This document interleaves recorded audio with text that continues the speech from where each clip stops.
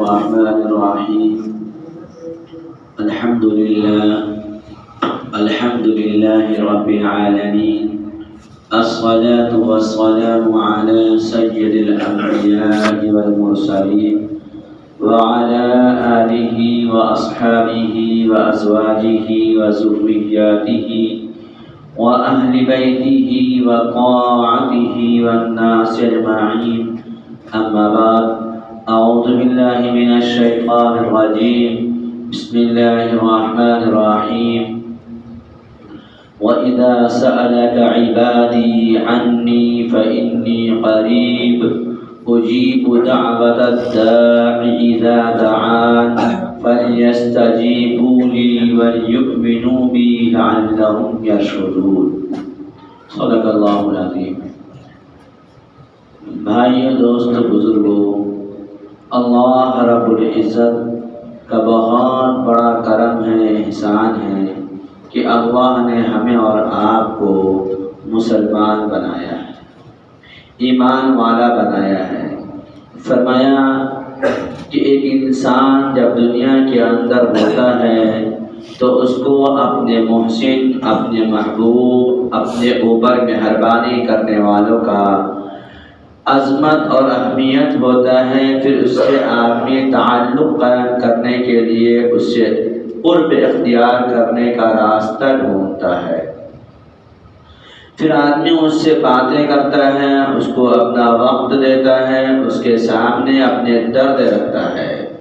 تو ٹھیک اسی طریقے سے جب بندہ اللہ کو معبود مانتا ہے، اللہ کو خالق مانتا ہے، اللہ کو مشکل کشا حاجت روا سمجھتا ہے، اللہ کو بگڑی بنانے والا مانتا ہے، تو پھر اپنی حاجتیں، اپنی مرادیں، اپنی چاہتیں، اپنی ارمانیں، اپنی مشکلات، اپنی پریشانیاں، اپنا درد اپنے رب کے سامنے بیان کرتا ہے۔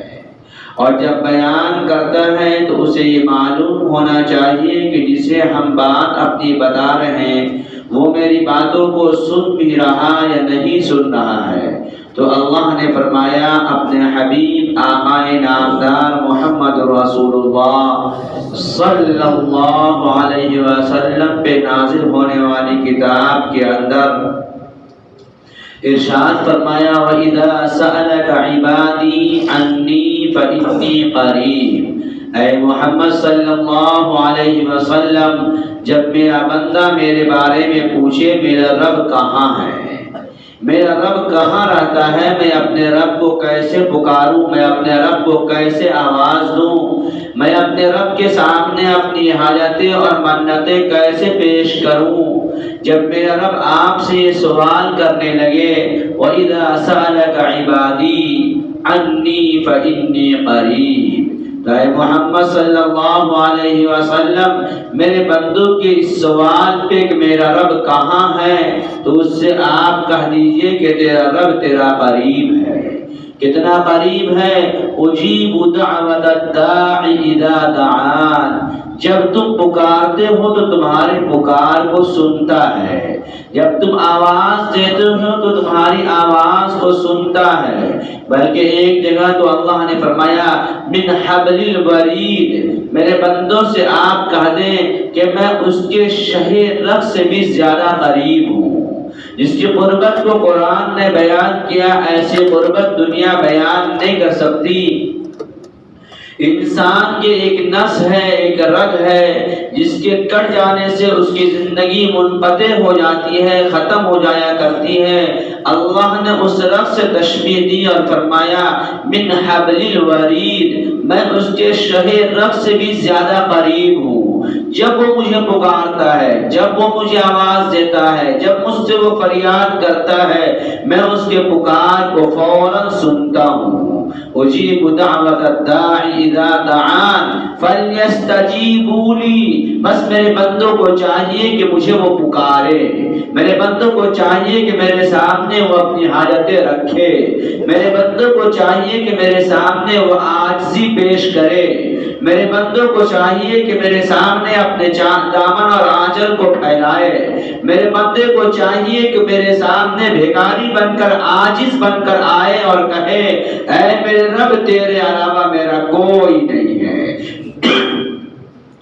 میرا بندہ جب گناہ کرتے کرتے گناہوں کا ڈھیر اکٹھے کر لیتا ہے، ایک جگہ پیارے نبی نے فرمایا، حدیث قدسی ہے، میرا رب ارشاد فرماتا ہے اے میرے بندے تمہارے گناہ اگر آسمان کے بلندیوں کو چھو لے اور تیرے گناہ سمندر کے جھاگوں سے زیادہ ہو جائیں اور تیرے گناہ درختوں کے پتوں سے بڑھ جائیں، جب تیرے گناہ زمین کے ذرات سے زیادہ ہو جائے تب بھی تم مجھ سے نا امید نہ ہونا، میں تیرے پکار کو سنتا ہوں اور تیرے اتنے سارے گناہوں کے بعد بھی اگر تو ایک بار یہ کہہ دیتا اے میرے رب میں تیرا بہت گناہگار بندہ ہوں تو مجھے معاف کر دے، تو میری رحمت جوش میں آتی ہے اور تیرے گناہوں کو صاف کر دیا کرتی ہے۔ کیوں؟ اس لیے جب اللہ نے شیطان مردود کو کہا حضرت آدم علیہ نبینا علیہ الصلوۃ والسلام کو سجدہ کرو، تو آدم کو سجدہ کرنے کو کہا تو شیطان نے کہا خلقتہ من نار وخلقتہ من طین، میں تو آگ سے بنایا گیا ہوں اور آگ کی صفت ہے اوپر اٹھنا، بڑا بننا، اوپر جانا، اپنے آپ کو ترقی کرنے کا سوچنا، جھکنا میرا کام نہیں ہے، عاجزی میرا کام نہیں ہے، گریہ وزاری کرنا میرا کام نہیں ہے، کسی کو سجدے کرنا میرا کام نہیں ہے، کسی کے سامنے اپنے آپ کو مجبور بن کر پیش کرنا میرا کام نہیں ہے۔ خلقتہ من نار وخلقتہ من طین، مجھے تو نے آگ سے بنایا اور آدم کو مٹی سے بنایا ہے، اس لیے میں آدم کو سجدہ نہیں کر سکتا، آگ کا کام اوپر جانا ہے نہ کہ جھکنا ہے۔ تو اس نے اللہ کا حکم توڑا تو اللہ نے کہا تو میرے دربار سے نکل جا اور جنت سے باہر چلا جا اور زمین پہ جا کر زندگی گزار، تو مردود ہے، تو شیطان الرجیم ہے، قیامت تک لوگ تمہارے اوپر پھٹکار اور لعنت بھیجتے رہیں گے۔ تو شیطان نے کہا اے میرے رب آپ دنیا میں مجھے بھیج رہے ہیں لیکن مجھے آپ اتنی لمبی زندگی دے دیجئے کہ میں قیامت تک زندہ رہوں اور مجھے ہر ایک انسان کے دلوں تک پہنچنے کی قوت و طاقت عطا کر دیجئے۔ اللہ نے کہا جا تیری زندگی قیامت تک اور تجھے اس بات کی اختیار ہے کہ تو میرے بندوں کے دلوں تک پہنچ جا۔ فرمایا پیارے آقا صلی اللہ علیہ وسلم شیطان انسان کے کانے پہ بیٹھا رہتا ہے اور اپنے سوئی کی طرح باریک کر کے انسان کے دلوں تک پہنچاتا رہتا ہے اور اس میں وسوسے ڈالتا رہتا ہے، باتیں پیدا کرتا رہتا ہے، یہ کیسے ہو گیا، یہ کیسے ہو جائے گا، اللہ سب کچھ کیسے کرے گا، یہ اس طرح کے خیالات اس کے دلوں میں بیٹھاتا رہتا ہے۔ تو جب شیطان کو نکالا گیا تو شیطان نے یہ مانگ کی، اللہ نے دے دیا تو کہا اے اللہ اب تو میں تیرا کسی بھی بندے کو جنت میں داخل ہونے دوں گا نہیں، میں اسے بہانے سے گناہ کرواؤں گا، اسے طریقے سے اپنا آزما کر کے اسے نافرمانی میں ڈالوں گا، اسے تیرے حکموں کو توڑواؤں گا۔ اس لیے بعض مرتبہ انسان کو اچھے اعمال کرنے سے شیطان دور کرنے کے لیے اتنا اچھا طریقہ پیش کرتا ہے، اتنا بنا کر پیش کرتا ہے کہ آدمی سوچتا ہے کہ بات تو صحیح ہے۔ یہ چند دن پہلے ایک صاحب میرے پاس آئے، کہنے لگے مولانا میں حج کرنا چاہتا تھا اور میرا حج کا ارادہ تھا، میں فارم بھی بھر دیا، لیکن میں یہ سوچ رہا ہوں کہ میری زندگی ابھی ایسی ہے اگر حج کے بعد بھی نہ بدلے گا تو ایک حاجی بدنام ہوگا، اس لیے میں حج ہی نہیں کروں گا۔ کتنا اچھا تو شیطان نے سمجھایا اس کو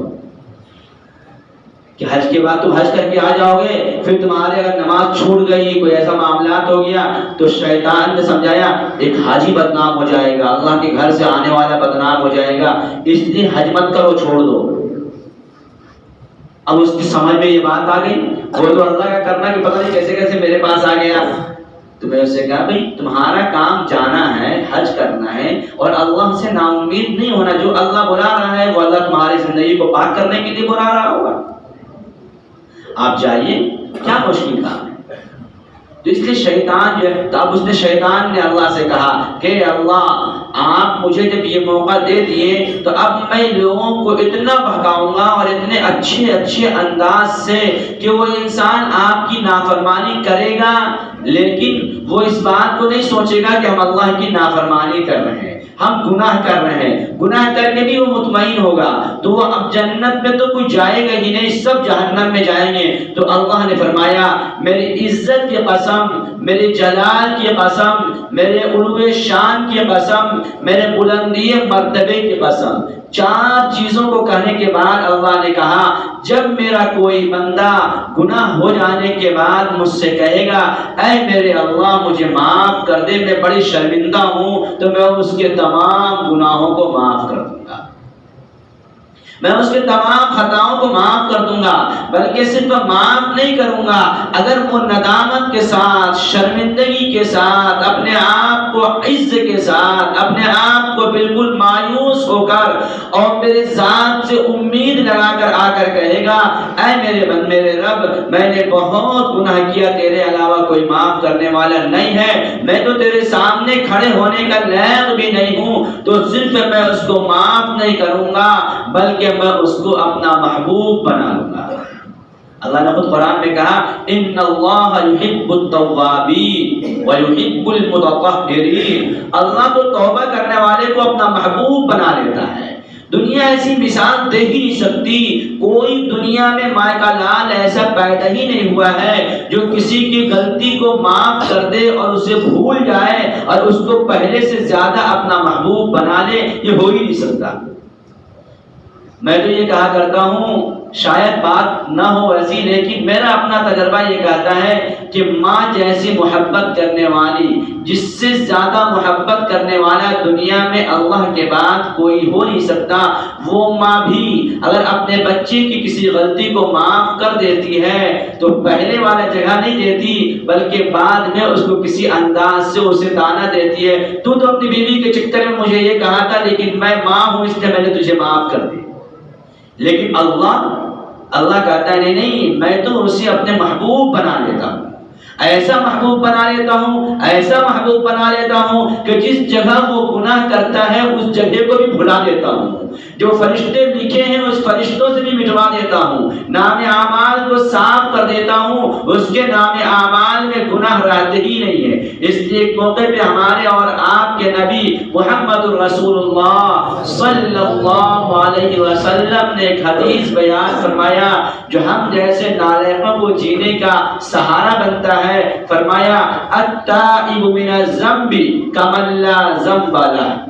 گناہ کر کے اللہ سے معافی مانگ لینے والا ایسا ہے جیسا کہ اس نے گناہ کیا ہی نہیں ہے، اسے غلطی ہوئی نہیں ہے، اس نے اللہ کی نافرمانی کیا ہی نہیں ہے. لیکن میرے بھائی دوست بزرگوں، گناہ کر کے معافی مانگنے کا یہ مطلب نہیں ہے کہ ہم گناہ کیے جا رہے ہیں اور یہ سوچے جا رہے ہیں بس اللہ معاف کرے. جیسے آج کل کے ہمارا ماحول ہو گیا اللہ توبہ کہے جا رہے ہیں اور جو کر رہے ہیں کرتے جا رہے ہیں. فرمایا نہیں، گناہ سے ندامت ہو اور یہ عزم مصمم ہو کہ اللہ یہ جو غلطی ہم سے ہو گئی ہے اب انشاءاللہ آئندہ کبھی نہیں کروں گا. اس چیز کے چھوڑنے کا پختہ ارادہ ہو، اس چیز کے کر لینے پہ اندر سے شرمندگی اور ندامت ہو کہ ہم اس اللہ کی نعمتوں کو کھا رہے ہیں اور جس اللہ نے ہمیں سب کچھ دیا ہے ہم اس اللہ کی نافرمانی کر رہے ہیں. وہ اللہ کا پکڑنے پہ آ جائے تو ہمیں ایک سانس لینے کا موقع بھی نہ ملے. جس جگہ اور جس مکان کو اپنا آرام گاہ سمجھ رہے ہیں اور جس کو سکون کا گہوارہ سمجھ کر اطمینان کی نیند سو رہے ہیں، اگر اللہ پکڑ پکڑنے پہ آ جائے تو وہ مکان ہی ہمارے لیے جان جا لینے کا ذریعہ بن جائے، وہی ہمارے وجود کو ختم کرنے کا ذریعہ بن جائے. جس کو ہم نے مستحکم اور مضبوط اپنی حفاظت کا سامان اور گھر بنایا تھا وہی ہماری زندگی کے برباد ہونے کا ذریعہ بن جائے. وہ اللہ ایسے قدرت والا ہونے کے باوجود ہمیں موقع دے رہا ہے، ہمیں موقع عنایت فرما رہا تاکہ میرا بندہ اپنے کیے ہوئے پہ نادم اور شرمندہ ہو کر مجھ سے معافی مانگ لے۔ تو فرمایا اے میرے نبی، جب میرا بندہ میرے بارے میں پوچھے میرا رب کہاں ہے، میں اپنے رب کو کیسے پکاروں، میں اپنے رب کو کیسے آواز دوں، میں اپنے رب کے سامنے کن باتوں کو پہنچاؤں اور کیسے پہنچے گا، تو فرمایا عبادی عنی فانی قریب، آپ کہہ دیجئے میں اپنے ہر بندے کے قریب ہوں۔ ہر بندہ، چاہے وہ کمزور و بے بس بندہ ہو، چاہے وہ مجبور محض بندہ ہو، چاہے وہ بندہ کوئی بھی ہو، کیسا بھی ہو، میں ہر ایک بندے کا قریب ہوں۔ جب وہ مجھے پکارتا ہے، جب مجھے وہ یاد کرتا ہے، جب مجھ سے فریاد کرتا ہے، میں اس کے فریاد کو سنتا ہوں۔ لیکن وہ مجھ سے فریاد کیسے کرے، وہ مجھ سے کیسے مانگے، تو فرمایا وَلِلَّهِ الْأَسْمَاءُ الْحُسْنَى فَادْعُوهُ بِهَا، اللہ کے اچھے ناموں کے ذریعے اللہ کو پکارا کرو۔ اللہ کے جو اچھے نام ہیں، اللہ کے جو اچھی صفات ہے، رحمان ہونا، رحیم، کریم، ودود، قادر، قدوس، یہ سارے نام جو اللہ کے ہیں، ان اچھے ناموں کو پہلے اللہ کے سامنے گنواؤ، اللہ کو اچھے ناموں سے پکارو اور یاد کرو، اور پھر اپنی فریادوں کو اللہ کے سامنے رکھو، اپنی مرادیں اور اپنی تمنائیں اللہ کے سامنے بیان کرو۔ ترمذی شریف کی روایت ہے، پیارے آقا صلی اللہ علیہ وسلم نے فرمایا کہ دیکھو قسمت، یہ قسمت کا لکھا ہوا کوئی ٹال نہیں سکتا، لیکن دعا ایک ایسی حقیقت ہے جو قسمت کی لکھی ہوئی چیزوں کو بھی ٹال دیا کرتی ہے اور ہٹا دیا کرتی ہے۔ آدمی اللہ کے سامنے دعائیں کرے، اللہ کے سامنے فریاد رکھے، اللہ کے سامنے تڑپے اور مانگے، اللہ کے سامنے اپنے دردوں کو بیان کرے۔ میرے بھائی دوست بزرگوں، برا نہ ماننا، آج ہم سب سے سب کچھ چھوڑنے کے ساتھ ساتھ ہم نے اپنے اللہ سے مانگنا چھوڑ دیا۔ آج ہم پہ جو حالات ہیں، ان حالات کا شکوہ ہمارے چائے خانے میں رہ گئے، ان حالات کا شکوہ دوستوں کے محفل میں ہے، ان حالات کا شکوہ اپنے تقریبوں اور خوشیوں کے موقع پہ ہے، لیکن اللہ کے گھر میں اور اللہ کے در پہ اور اللہ کے سامنے اپنے ہاتھ پھیلا کر اپنے درد کا شکوہ نہیں کیا کرتے، اپنی مصیبت کو اللہ کے سامنے نہ بیان کیا کرتے۔ اللہ رب العزت نے ہمیں ایک تعلیم بچپن میں ہی دی۔ میں اس سے پہلے بھی کہا کہ دیکھو اللہ جس زبان کو بولنے کی قوت عطا فرمایا، وہ چاہتا تو بچہ پیدا ہوتا اور وہ بولنا شروع کر دیتا۔ وہ اللہ نے زبان دی، اس زبان کو پہلے دن ہی بولنے کی قوت دے دیتا، اور پچھلے نبیوں میں جب گواہی دینے کی باری آئی تو حضرت موسیٰ کو بلوایا چولہے میں، گود میں، کہ اس نے کہا کہ میری ماں پاکیزہ ہے، میں اللہ کا رسول ہوں اور نبی ہوں۔ تو اللہ قدرت والا ہے، لیکن اللہ بندوں کو بولنے کی قوت بہت بعد میں دیتا ہے۔ سب سے پہلے پہل جو دیتا ہے وہ بندے کو رونے کی طاقت دیتا ہے۔ یہ بندہ جو دنیا میں بچہ آتا ہے، سب سے پہلے وہ کیا کرتا ہے؟ روتا ہے۔ بھوک لگے تب بھی روتا ہے، گندگی کر دے تب بھی روتا ہے، بیمار ہو جائے تب بھی روتا ہے، کہیں درد ہو رہا تب بھی روتا ہے، اور اس ایک رونے سے اس کے سب مسئلے حل ہوتے ہیں۔ وہ روتا ایک ہے، لیکن مسئلے رو رہا ماں سمجھ رہی کہ اسے کیا ضرورت ہے، رو رہا ماں بتا رہی اس کے پیٹ میں درد ہے، رو رہا ماں بتا رہی اس کو فلاں بیماری ہے، رو رہا ہے ماں بتا رہی سب بھوک لگی ہے، رو رہا ماں بتا رہی۔ تو اللہ یہ رونے کی صفت دے کر یہ بتاتا ہے اے میرے بندے، جب تم بالکل معذور ہو جانا، لاچار ہو جانا، مجبور ہو جانا، کہیں تمہیں کوئی راستے نظر نہ آ رہا ہو، کوئی دروازہ نہ دکھ رہا ہو، کوئی در نہ مل رہا ہو، تو اپنے بچپن والے سبق کو یاد کرنا۔ کیا تمہارا سبق تھا؟ تمہارا سبق تھا رونا۔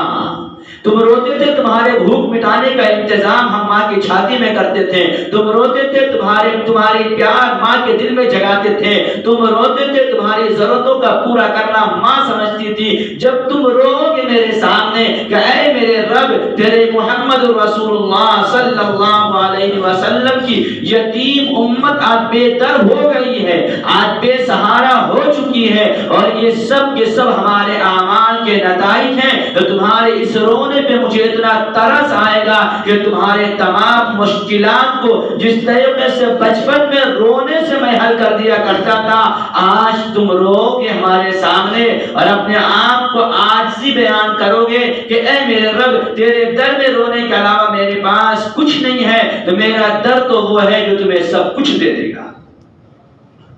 ساری ضرورتوں کو پورا کر دے گا، ساری حاجتیں، سارے ارمانوں کو تمہارا پورا کر دے گا۔ تمہاری جھولی خالی نہیں رہ سکتی ہے، تمہارا رونا، تمہارا تڑپنا، تمہارا بلکنا، تمہارا اللہ سے فریادیں کرنا، اللہ کے سامنے اپنی حاجتیں رکھنا، اللہ سے بات کرو جس طریقے سے تم اپنے دردوں کو اپنے دوستوں میں شیئر کرتے ہو، اپنی مصیبتیں اور اپنی پریشانیاں اپنے ماں اور باپ کے سامنے رکھتے ہو، ان پریشانیوں کو اللہ کے سامنے دو رکعت نفل پڑھو اور پڑھ کر اللہ کے سامنے دل کھول کر بات کرو، اللہ کے سامنے اپنے دل کے ایک ایک درد کو بیان کرو، اللہ کے سامنے اپنے ایک ایک فریاد کو رکھو، اللہ کے سامنے ایک ایک بات کو بیان کر دو، اور اس امید کے ساتھ میرے نبی نے فرمایا، میں پیارے آقا صلی اللہ علیہ وسلم نے اس بات کو ارشاد فرمایا، میرا رب اپنے بندے کی دعا کو اس وقت تک قبول کرتا رہتا ہے جب تک کہ بندہ یہ نہ کہنے لگے کہ میری دعائیں قبول نہیں ہوتی ہے۔ جب بندہ نا امید ہو جاتا ہے، جب بندہ یہ کہنا شروع کر دیتا ہے میری دعائیں کہاں قبول ہوتی، میری دعائیں کون سنتا ہے، تو میرا رب اس کی دعاؤں کو اس کے منہ پہ مار دیتا ہے۔ پھر اب تو اتنے بڑے خالق اور مالک کے در پہ آ کر نا امید لگاتا ہے، نا امید ہوتا ہے، اتنے بڑے مالک اور داتا کے در پہ آ کر جو ایسوں کو بھی کھلاتا ہے جو اللہ کو اللہ نہیں مانتا ہے، جو ایسوں کو بھی دیتا ہے جو اللہ کو برا بھلا کہتا ہے، ویسے کے در پہ آ کر تجھے اطمینان نصیب نہیں ہوتا، اپنے دردوں کو بول کر تجھے اندر سے اطمینان نصیب نہیں ہوتا کہ اب تو ہم اپنے درد کو اپنے وہ سپر پاور کے سامنے بیان کر دیے جس سے بڑھ کر کسی کی طاقت ہو نہیں سکتی ہے۔ ہم نے اپنی بے چینی و بے قراری کو اس رب کو بیان کر دیا جو رب ہماری مراد کو اور فریاد کو فوراً سن رہا ہے اور وہ کسی سے مجبور نہیں ہے۔ اگر ہمارے لیے وہ بہتر ہوگا تو میرا رب مجھے ضرور دے گا، اگر ہمارے لیے وہ بہتر ہوگا تو میرا رب اس کے لیے راستے ضرور نکالے گا۔ اس یقین کے ساتھ اپنے رب سے مانگو، اس یقین کے ساتھ اپنے رب کے سامنے فریاد کرو، اس یقین کے ساتھ اپنے رب کے سامنے تڑپ کر مانگو اور کہو میرے بھائیوں، آج ہم نے راتوں کو باتوں میں، بطولوں میں، موبائلوں میں گزار دیا، لیکن رات کی تنہائی میں ذرا سا اٹھ کر اپنے گرم گرم آنسو اللہ کے سامنے نہیں بہائے۔ آج جو امت کے حال ہیں، آج جو ہمارے اور آپ کی جو بے چینیاں ہیں، جو ہمیں راتوں کو بستروں پہ اچھالتی ہے کہ راتوں میں بھی آنکھ کھلنے کے بعد ہم کہیں کے نیوز اور خبر دیکھنا چاہتے ہیں، میرے بھائی یہ بے چینی کا حل موبائلوں میں نہیں ہے، یہ بے چینی کی حل اخباروں میں نہیں ہے، ان بے چینی کا درد تو اس رب کے پاس ہے جس رب کے سامنے ہم نے فریاد کرنا چھوڑ دیا، اس رب کے سامنے ہم نے آنسو بہانا چھوڑ دیا۔ یاد ذرا سوچو وہ راتوں کا اٹھنا، وہ اللہ کی اے سنت کی نیت مانو، ابھی وہاں باہر پڑھو، باہر سے اندر آ کے سنت کی نیت مانو۔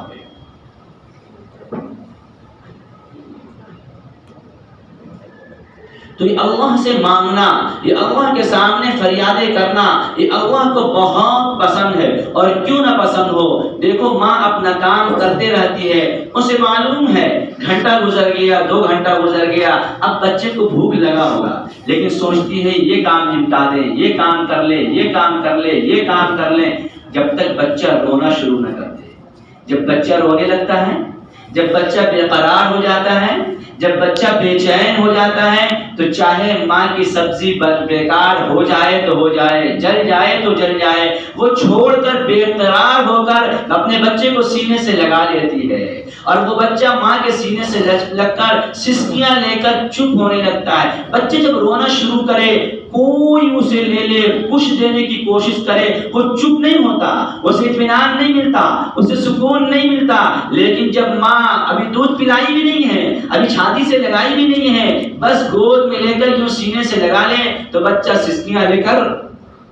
چپ ہونے لگتا ہے، خاموش ہونے لگتا ہے، اطمینان نصیب ہونے لگتا ہے۔ میرے بھائی 70 ماؤں سے زیادہ پیار کرنے والا میرا رب ہے، جو میرے فریادوں کو آج بھی سننے کو تیار ہے، میرے گناہوں کو آج بھی معاف کرنے کو تیار ہے۔ کبھی ہم اپنے رب کے سامنے تڑپے تو، اپنے رب کے سامنے آنسو بہائیں تو، کبھی رات کی تنہائی میں اپنے رب سے بات تو کر کے دیکھیں، کیا سکون ملتا ہے، کیا اطمینان نصیب ہوتا ہے، جس طریقے سے وہ تڑپنے والے بچے کو ماں کی گود میں جا کر سکون ملتا ہے۔ خدا کی قسم اگر ہماری یہ نوجوان رات میں اٹھ کر اللہ کے سامنے فریاد کرنے لگیں، اللہ کے سامنے آنسو بہانے لگیں، اللہ کے سامنے تڑپنے لگیں، تو وہ سکون میسر ہوگی، وہ اطمینان نصیب ہوگا جو دنیا کی کوئی طاقت ہمیں وہ سکون دے ہی نہیں سکتا، وہ اطمینان ہمیں نصیب ہو ہی نہیں سکتا۔ اور پھر میرے رب تو وہ ہے جو ہمیں کہہ رہا ہے اور یہ بتا رہا ہے، ذرا قربان جاؤ میرے رب کی ادا پہ۔ دیکھو میرے نبی پیارے آقا صلی اللہ علیہ وسلم دن بھر لوگوں کی گالیاں سنتے ہیں، لوگوں کے پتھرے کھاتے ہیں، لوگوں کی بات سنتے ہیں، لیکن میرے رب نے اللہ کے رسول کو، اپنے محبوب کو کیا فرمایا؟ فرمایا یا ایھا المزمل قم اللیل نصفہ او انقص منہ قلیلا او زد علیہ ورتل القرآن ترتیلا۔ اے میرے رسول، اے کملی والے، اے چادر میں لپٹنے والے، آدھی رات یا اس سے کچھ کم رات اٹھیے اور اٹھ کر میرے قرآن کی تلاوت نماز میں کیجیے۔ قم اللیل نصفہ او انقص منہ قلیلا، اے نبی اٹھیے اور آدھی رات یا اس سے کچھ کم اٹھ کر نماز پڑھیے۔ قم اللیل، راتوں کو قیام کیجیے، راتوں میں کھڑے رہیے، جبکہ دن بھر پتھرے کھائیں، گالیاں سنیں، نڈھال ہیں، مصیبتوں میں گھرے ہوئے ہیں، سارے دشمن پڑے ہوئے ہیں، لیکن میرا رب کیا کہہ رہا ہے؟ دن بھر تو آپ یہ بندوں کی مصیبتوں کو جھیل چکے، دن بھر ان بندوں کے تانے سن چکے، دن بھر یہ کوڑے کرکٹے آپ پہ آ چکا، دن بھر تھوکنے والے تھوک چکے، لیکن اب دن بھر کے معاملات کو حل کرنے کے لیے اپنے رب کے سامنے کھڑے ہو جائیے اور اللہ کے سامنے فریاد کیجئے۔ یہ دن کا سارا زخم آپ بھول جائیے گا، یہ ساری پریشانی آپ سے ختم ہو جائے گی، یہ ساری مشکلات آپ سے رفع ہو جائے گا جب آپ اللہ سے بات کرنے لگیں گے، اللہ سے ہم کلام ہونے لگیں گے اور یہ سوچیں گے میرا کوئی سننے والا ہے۔ آپ دیکھتے ہیں دنیا میں بھی جب کوئی مصیبت دل کو پہنچ جائے، جب دل ٹوٹ جاتا ہے، کوئی زخم لیے رہتا ہے تو آدمی اندر اندر گھٹتے رہتا، جب کوئی اپنا مل جائے، کوئی درد سننے والا مل جائے، کوئی زخم کو بھرنے والا مل جائے تو وہ اپنے دردوں کو بیان کرتا ہے، آنکھیں بھر جاتی ہے، چہرہ سرخ ہو جاتا ہے، پریشان۔ اب لوگ اگر کہیں بھئی اتنے غم تھے تم پریشان نہیں تھے، جب اپنا آئے تم باتوں کو بولتے ہیں کہ رو کیوں رہے، آنکھیں کیوں بہ رہی ہے، چہرے سرخ کیوں ہو گئے؟ کہنے نہیں، اب میرا درد سننے والا آ گیا، اب میرے زخم کو سمجھنے والا آ گیا، اب میرے ٹوٹے ہوئے دل کو سہارا دینے والا آ گیا، تو میرا رب تو میرے ٹوٹے ہوئے دلوں کو سہارا دینے کے تیار ہے۔ فرما رہا وَإِذَا سَأَلَكَ عِبَادِي عَنِّي فَإِنِّي قَرِيبٌ۔ اے محمد صلی اللہ علیہ وسلم، جب میرا بندہ میرا پتہ پوچھے تو آپ کہہ دیجئے وہ تمہارا قریب ہے۔ اجیب دعوت الداعی اذا دعان، تم جب پکارتے ہو، جس وقت پکارتے ہو، جس جگہ پکارتے ہو، جس حالت میں پکارتے ہو، وہ تمہارے پکار کو سنتا ہے، تمہاری فریاد کو سنتا ہے، تمہاری آوازوں کو سنتا ہے، تمہاری آہوں کو سنتا ہے، تمہارے دردوں کو سنتا ہے، تمہارے بے چینی کے لیے تسکین بنتا ہے، تمہارے بیماروں کو شفا دیتا ہے۔ اس لیے اللہ نے فرمایا وَإِذَا مَرِضْتُ فَهُوَ يَشْفِينِ، جب کوئی بیمار ہوتا ہے تو شفا کون دیتا ہے؟ وہ اللہ ہی شفا دینے والا ہے۔ جب کوئی مصیبتیں آتی ہیں اسے دور کون کرتا ہے؟ وہ اللہ ہی کرنے والا ہے۔ میرے بھائی دوست بزرگوں، اپنا رشتہ اللہ سے مضبوط کرو، اپنے آپ کو اللہ کے سامنے فریاد کرنے والے بناؤ۔ اللہ کا خزانہ بہت بڑا ہے، اللہ کے خزانے میں کوئی کمی نہیں ہے۔ اللہ کا خزانہ اتنا بڑا ہے کہ پیارے آقا صلی اللہ علیہ وسلم نے فرمایا کہ اللہ اگر تمام مانگنے والے دنیا میں جتنے لوگ ہیں سب کے سب کسی ایک میدان میں جمع ہو جائے اور سب اپنی اپنی ضرورتیں حاجتیں اللہ کے سامنے رکھے اور مانگے، اور اللہ سب کی ضرورتوں کو، سب کی چاہتوں کو عطا کر دے، دے دے، جو جو مانگنا سب کو دے دے، تو فرمایا اللہ کے خزانے میں اتنی کمی بھی نہیں آتی جتنا سمندر میں سوئی کے ڈالنے سے پانی میں کمی آئے۔ اللہ کا خزانہ اتنا بڑا ہے، ہم نے چھوٹے چھوٹے خزانوں کا، چھوٹے چھوٹے مالکوں کا، چھوٹے چھوٹے پیسوں کا، چھوٹے چھوٹے ڈگریوں کا، چھوٹے چھوٹے عہدوں کا ہم نے اپنے دل میں اہمیت کو بیٹھایا اور اپنی ضرورت وہاں سے پورا ہوتا ہوا نظر آنے لگا، اور وہاں سے ہم نے امیدیں لگا لی، اتنی امیدیں لگائی لی کہ اگر وہ دروازہ جب بند نظر آتا ہے تو ہم اپنے آپ کو نا امید ہو جاتے ہیں، ہم یہ بھول جاتے ہیں میرا رب تو وہ ہے جس کا دروازہ کبھی بند نہیں ہوتا، ہر وقت کھلا رہتا ہے جس وقت چاہو۔ اچھا کتنا مہربان ہے، کوئی قید نہیں لگایا کہ میرے پاس آنے کے لیے، دعا کرنے کے لیے، مجھ سے مانگنے کے لیے تم بالکل اس انداز سے آؤ، عطر لگا لو، سرمے لگا لو، نئے کپڑے میں لو، فرمایا نہیں، جس حال میں، جس جگہ، جس طرح بھی تم ہمیں پکارتے ہو میں تمہارے پکار کو سنتا ہوں۔ وہ رب کیسے سننے والا ہے کہ زبان کا بھی محتاج نہیں ہے کہ جب تم زبان سے کہو تب وہ سنے گا، دل کے اندر اللہ سے اپنا تعلق قائم کر لیے اور اللہ کے سامنے، اصل اللہ تو دل کی طرف کو دیکھتا ہے، دل کی فریاد کو دیکھتا ہے، دل کے امید اور بھروسے کو دیکھتا ہے کہ اس کا امید، اس کا بھروسہ میرے ذات پہ کتنا ہے۔ یہ جو میرے سامنے ہاتھ پھیلایا ہے، آرڈر لکھا رہا، یہ حقیقت میں اپنے گناہوں پہ نادم اور شرمندہ ہے، حقیقت میں مصیبت زدہ اور پریشان اور دنیا کے حالات سے بالکل گھر کر میرے در پہ آ کر اس امید سے مانگ رہا ہے کہ میری تمام ضرورتیں یہیں سے پوری ہوتی ہیں اور یہیں سے ہوگی۔ اگر اس امید سے مانگتا ہے تو میرے رب نے کہا لا تقنطوا من رحمت اللہ، اللہ کی رحمت سے نا امید مت ہونا، اللہ کی رحمت سے مایوس مت ہونا۔ کبھی یہ نہ سوچنا